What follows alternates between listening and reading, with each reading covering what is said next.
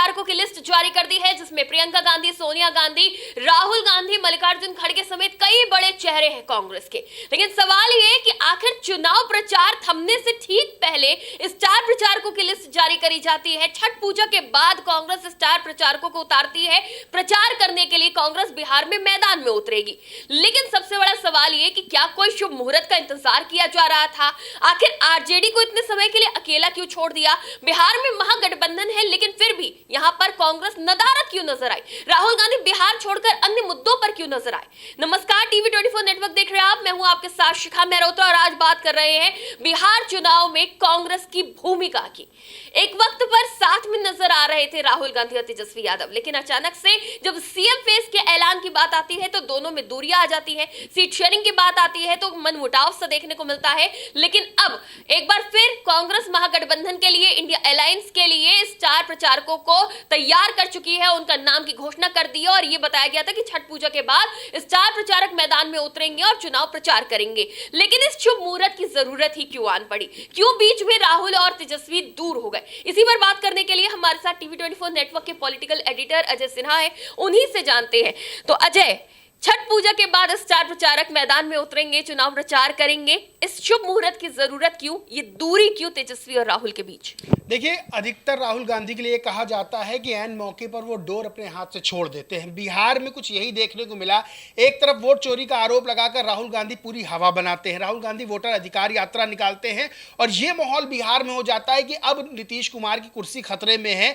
अब जो India alliance है वो सीधे तौर पर एनडीए को पटखनी देने जा रहा है। लेकिन होता क्या है, राहुल गांधी वोटर अधिकार यात्रा के बाद फिर अचानक से बिहार से गायब हो जाते हैं और तेजस्वी यादव के कंधे पर सारी बागडोर डाल दी जाती है। सीएम फेस की बात आती है तो सीएम फेस का ऐलान कब होगा, लेकिन वो भी घड़ी आ जाती है कि तेजस्वी यादव को सीएम फेस के तौर पर सामने लाया जाता है।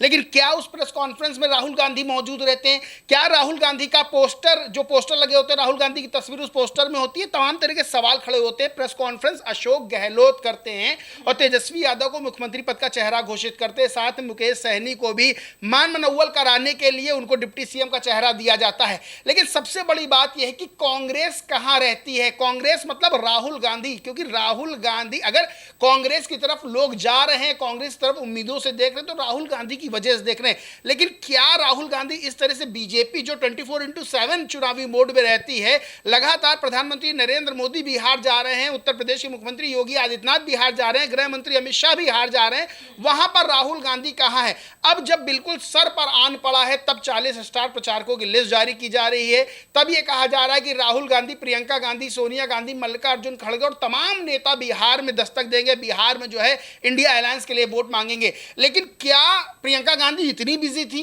क्या राहुल गांधी इतने बिजी थे जो उन्होंने बिहार को बिल्कुल छोड़ कर रखा था? बिहार का चुनाव बहुत महत्वपूर्ण है इंडिया अलायंस के लिए, और अगर इस बार भी कुछ ढील ढलौल होती है, कुछ इस तरह की चीज होती है कि एनडीए को सत्ता जब बाहर नहीं कर पाती है, तो फिर इंडिया अलायंस के लिए और मुश्किलें खड़ी होना तय है।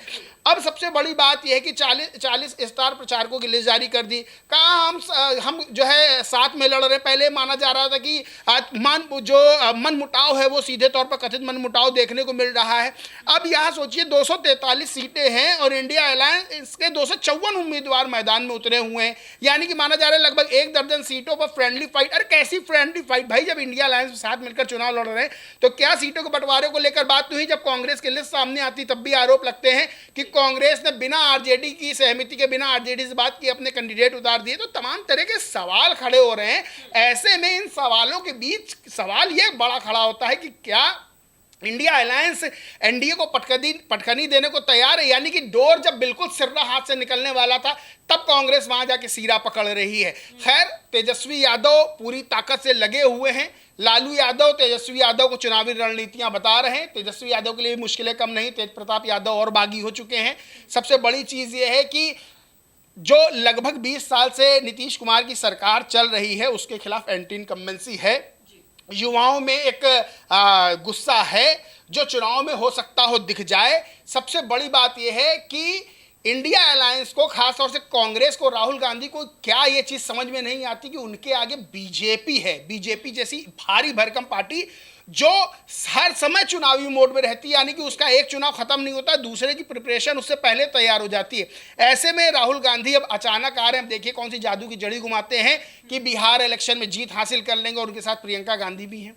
बिल्कुल, इससे पहले भी हमने देखा कि जब जब राहुल गांधी अकेले चुनाव लड़ते हैं तो वहां पे उनको भी हार का सामना करना पड़ता है, विपक्षी दल को भी हार का सामना करना पड़ता है। देखिए, माना तो ये भी जा रहा था कि भाई एनडीए और इंडिया गठबंधन दोनों में सिर्फ टव्वल है, दोनों में सीएम फेस की लड़ाई थी, दोनों में सीट शेयरिंग पे बात नहीं बन रही थी, लेकिन एनडीए ने अपनी रणनीति को संभाला। स्टार प्रचारक लगातार वहां पे पहुंचकर स्टार प्रचारक के तो अपनी भूमिका निभा रहे हैं, वहां पे प्रचार प्रसार कर रहे हैं, जनसभाओं को संबोधित कर रहे हैं, एनडीए के पक्ष में वोट की अपील कर रहे हैं। लेकिन राहुल गांधी कहाँ गायब? छठ पूजा के बाद वही स्टार प्रचारक के तौर पर राहुल गांधी, प्रियंका गांधी बिहार आएंगे, वहां पे अपनी भूमिका अदा करेंगे, वोट की अपील करेंगे, लेकिन यहाँ पे तो साफ साफ नजर आ रहा है कि तेजस्वी अपनी मेहनत अकेले कर रहे हैं। और जब बात होगी मंत्रिमंडल के विस्तार की, सीटों की और उनको पद प्रतिष्ठा देने की, तब कांग्रेस वहां पे आके खड़ी हो जाएगी। लगातार ये बात आरोप लगाती है, तंज कसती है, कटाक्ष करती है कि राहुल गांधी हो या प्रियंका गांधी हो पॉलिटिकल टूर पर आते हैं। यानी कि जब जिस राज्य में चुनावी कमान बिल्कुल एकदम हाथ तक कस के पकड़नी हो, वहां पर आप इस तरह की चीजें करते हैं, आप चुनाव के दौरान बिल्कुल गायब हो जाते हैं। कांग्रेस का बड़ा चेहरा यानी राहुल गांधी, प्रियंका गांधी, सोनिया गांधी, मल्लिकार्जुन खड़गे, चार को मैं मानता हूं जो कांग्रेस की पूरी बागडोर संभालते। लेकिन क्या वो चुनाव में इस दौरान थे जब प्रधानमंत्री नरेंद्र मोदी बिहार में बिगुल फूंक रहे थे? आपने कहा एनडीए में भी सिर फटा हुआ था, बिल्कुल सिर फटा हुआ था। सीटों को लेकर देख लीजिए, चाहे एलजेपीआर हो, चाहे कुशवाहा का दल हो, चाहे मांझी का दल हो, लेकिन सबको बीजेपी ने मना लिया। बीजेपी जानती है कि छोटे नुकसान अगर उठाकर बड़ा फायदा हमको मिल रहा है तो उस पर एग्री हो जाती है। लेकिन इधर क्या, इंडिया अलायंस जो कि सत्ता से बाहर है, लंबे समय से सत्ता से दूर है, उसको सत्ता हासिल करनी है, उसको एनडीए को धकेल के किनारे करना है। लेकिन क्या इंडिया अलायंस उतनी परिपक्वता से आगे बढ़ रहा है? आप देख लिए मुकेश सहनी को डिप्टी सीएम का बनाया, वो बैकफायर किया है। डिप्टी सीएम अब ये कहा जा रहा है 2 से 3% वाले में चेहरा आपको मिल गया डिप्टी सीएम का। 18% का जो वोट बैंक है उसमें से आपको कोई चेहरा नहीं मिल रहा है। यानी कि शौकत अली जो उत्तर प्रदेश के AIMIM के अध्यक्ष, वो कह रहे हैं कि अब्दुल क्या खाली दरी बिछाता रहेगा, हमारे में से नहीं मिला। तो सीधे तौर पर हमने 2-3% वालों को खुश करने के लिए 18% वालों को नाराज कर दिया। तो इंडिया अलायंस की जो राह है, जो नजर आ रही है कि हाँ ये इंडिया अलायंस की राह बड़ी आसान लग रही है कि एनडीए को बाहर कर देगा, ये इतनी आसान है नहीं। आप तेज प्रताप यादव का एंगल उठा के देख लीजिए। राघोपुर से तेजस्वी यादव के खिलाफ उन्होंने अपना कैंडिडेट उतार दिया है। सीधे तौर पर जो 18% मुस्लिम वोट बैंक है उसमें AIMIM पूरी तरह से सेंध लगाने को तैयार है। आप चाहे तेजस्वी यादव भले ये कह दें वक्फ बिल फाड़ के फेंक देंगे, हम सबको नौकरी दे देंगे, लेकिन ये पता है ये सब चुनावी बातें होती हैं। चुनाव के बाद इस पर कितना अमल किया जाए कितना नहीं, ये सब बात की बात है। उस दौरान राहुल गांधी जो कि विपक्ष का सबसे बड़ा चेहरा है, किसी भी राज्य में राहुल गांधी हवा बनाते हैं, और लोकसभा चुनाव में राहुल गांधी ने करके भी दिखाया, ऐसा नहीं कि करके नहीं दिखाया।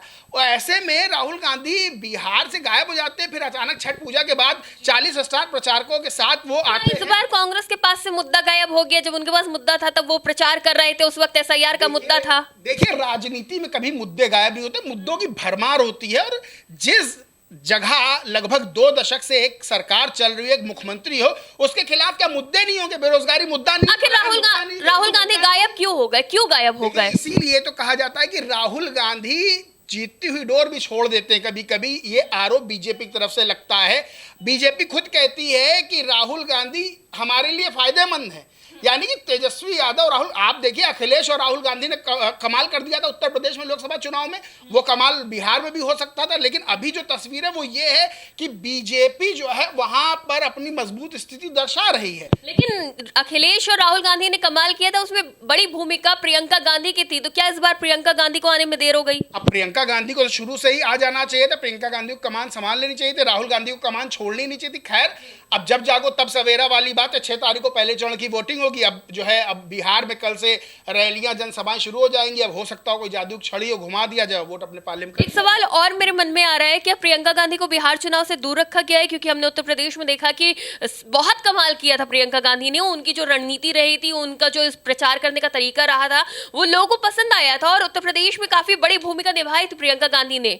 नहीं, देखिए, उनको प्रचार से दूर रखा गया या नहीं रखा गया तो कांग्रेस के ही लोग बता सकते हैं। लेकिन प्रियंका गांधी का एक चेहरा है, महिला वोटर्स में उनकी पैठ है, मजबूत सशक्त नेता हैं, सांसद भी हैं लोकसभा की, और उनकी जो शैली है बोलने की वो कहा ही जाता है कि इंदिरा गांधी की झलक उनमें नजर आती है, तो जब वो बोलती है तो बड़ी परिपक्व नजर आती हैं प्रियंका गांधी।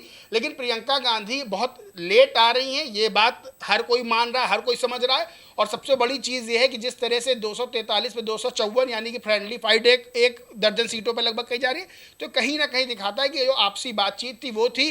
कांग्रेस ने कहीं ना कहीं ढील छोड़ दी थी, आरजेडी के ऊपर डाल दिया था कि लड़ो। अब जब ये लग रहा है कि सिर्रा हाथ से निकलने वाला, डोर छूटने वाली है, तो फिर कांग्रेस का कमबैक कह सकते हैं कथित तौर पर एक हुआ। अब देखना है कि क्या कमाल बिहार में करता है। अच्छा, जैसे सीएम फेस की अभी फाइट चल रही थी तो ये था कि किसका होगा, लेकिन ज्यादातर लोगों को पता था कि अगर सीएम की बात है तो तेजस्वी ही होंगे। लेकिन उप मुख्यमंत्री कांग्रेस चाहती थी कि हमारा हो, क्या इसी वजह से अभी तक स्टार प्रचारकों का ऐलान नहीं किया जा रहा था? ये क्या ये एक बड़ी वजह नजर आ रही है? नहीं, उप मुख्यमंत्री तो ये है जो साथ के दल है उनको खुश करना होगा। हो सकता है कांग्रेस भी ये चाह रही हो कि उप मुख्यमंत्री का पद का चेहरा हमारी तरफ से भी कोई घोषित करो। भाई कांग्रेस के क्या नेताओं के दिल में अरमान नहीं है उप मुख्यमंत्री बनने के? तो जाहिर तौर है अभी तो ऐसा नहीं हुआ। मैं पिछले दिनों अभी बात कर रहा था, हेमंत तिवारी वरिष्ठ पत्रकार है, उन्होंने कहा कि तेजस्वी का बस चले तो 11 डिप्टी सीएम बना दें। तो खास तौर से सबसे बड़ी बात यह है कि जो मुस्लिम वोट बैंक है वो भी कहीं ना कहीं कुछ नाराजगियां उसमें भी नजर आ रही हैं। बस ये है कि मुस्लिम वोट बैंक बीजेपी को हराने के लिए विपक्ष के साथ रहता है, लेकिन एआईएमआईएम क्या खेल कर जाए किसको क्या पता। अच्छा, जब मुस्लिम वोटर्स की बात आती है और जब राजनीति होती है तो हम सीधे तौर पर देखते हैं पिछड़ा, दलित, अल्पसंख्यक और मुस्लिम, इन सबको साधने के लिए बड़े बड़े दावे और बार बार इनका नाम जरूर चिल्लाया जाता है कि हम आपके उत्थान के लिए काम करेंगे, हम आपको आगे लेकर चल रहे हैं। लेकिन जब बात आती है उनको जगह देने की, पद देने की, सम्मान देने की, तब राजनीतिक दल कहाँ चले जाते हैं? राजनीति में प्रेशर पॉलिटिक्स होती है। जो नाराज है, फूफा नाराज हो गए तो फूफा को मनाने के लिए कुर्सी दी जाएगी। मुकेश सैनी नाराज हुए थे, 25 सीटें मांग रहे थे और डिप्टी सीएम का पद मांग रहे थे, 15 सीटें देके डिप्टी सीएम का पद देके उनको मना लिया गया। अब जाहिर सी बात है मुस्लिमों में इतना बड़ा क्या कोई नेता है जो अपनी नाराजगी से आरजेडी या तेजस्वी यादव को मुश्किल में डाल सकता है? अगर जो है ऐसा कोई होगा तो उसको भी डिप्टी सीएम हो सकता है, 2-4 दिन में चेहरा बना दिया जाए। नहीं तो चुनाव ऐसे ही चलेगा। अब आगे देखेंगे कितने डिप्टी सीएम बनते, कितने डिप्टी सीएम नहीं बनते। तेजस्वी यादव का ये पक्का था कि वो मुख्यमंत्री पद का चेहरा हो। राहुल गांधी तो बिहार के मुख्यमंत्री बनेंगे नहीं। तेजस्वी यादव से विपक्ष में कोई बड़ा चेहरा है नहीं, युवा हैं और लोग विश्वास भी एक तरह से जता रहे हैं। लालू यादव को मुख्यमंत्री बनना नहीं है, उधर से नीतीश कुमार कमान संभालने के मुख्यमंत्री बनेंगे तो हम ही बनेंगे जीतने के बाद। तो सीधी ये तो तस्वीरें साफ थी, इसमें तो कोई उलझन वाली बात ही नहीं थी। जी बिल्कुल, बहुत बहुत शुक्रिया अजय। तो देखिए यहाँ भी तस्वीर साफ है कि इंडिया गठबंधन के सामने सबसे बड़ी चुनौती ये है कि वो किसी न किसी तरह से चुनाव जीते। लेकिन चुनाव जीतना इतना आसान नहीं है क्योंकि कई फैक्टर है और सबसे बड़ी बात कि एनडीए वहां पे कितना भी मनमुटाव हो वो जनता के सामने पब्लिक डोमेन में ये चीज आने नहीं देती कि हमारे बीच में कुछ भी ठीक नहीं है। लेकिन जिस तरह से तेजस्वी यादव अलग प्रचार करते नजर आए और राहुल गांधी बिहार से दूर नजर आए, उससे ये तो साफ है कि इंडिया गठबंधन में बिहार में सब कुछ ठीक नहीं चल रहा है। और अब जब चंद दिन बाकी है पहले चरण के चुनाव में, उससे पहले अब कांग्रेस के स्टार प्रचारक बिहार पहुंचेंगे, चुनाव प्रचार करेंगे। कह सकते कि एक शुभ मुहूर्त जो छठ महापर्व होता उसका इंतजार कर रही थी कांग्रेस और साफ कहा था कि इसके बाद ही जो है प्रचार करने हमारे स्टार प्रचारक आएंगे और छठ से पहले प्रचारकों की लिस्ट जारी करी जाती है। उससे ये तो साफ नजर आ रहा है कि कहीं ना कहीं मनमुटाव था। लेकिन इस मनमुटाव का कितनी भारी कीमत विपक्षी महागठबंधन को चुकानी पड़ेगी ये तो वक्त ही बताएगा। साथ ही अगर बात करी जाए मुस्लिम वोटर्स की तो यहाँ पे ये चीज भी निकलकर सामने आ रही है कि जिसका जिक्र सबसे ज्यादा विपक्ष करता है उनको कितनी ज्यादा गठबंधन में भागीदारी दी गई है, कितना सम्मान दिया गया है, कितने पद दिए गए हैं, कितने टिकट दिए गए हैं। इन तमाम फैक्टर्स को देखकर भी वोटर जरूर वोट करेगा। अब देखना यह होगा कि चंद दिनों में प्रचार करके कांग्रेस क्या कमाल करती है। फिलहाल के लिए इतना ही। आप देखते रहिए टीवी 24 नेटवर्क।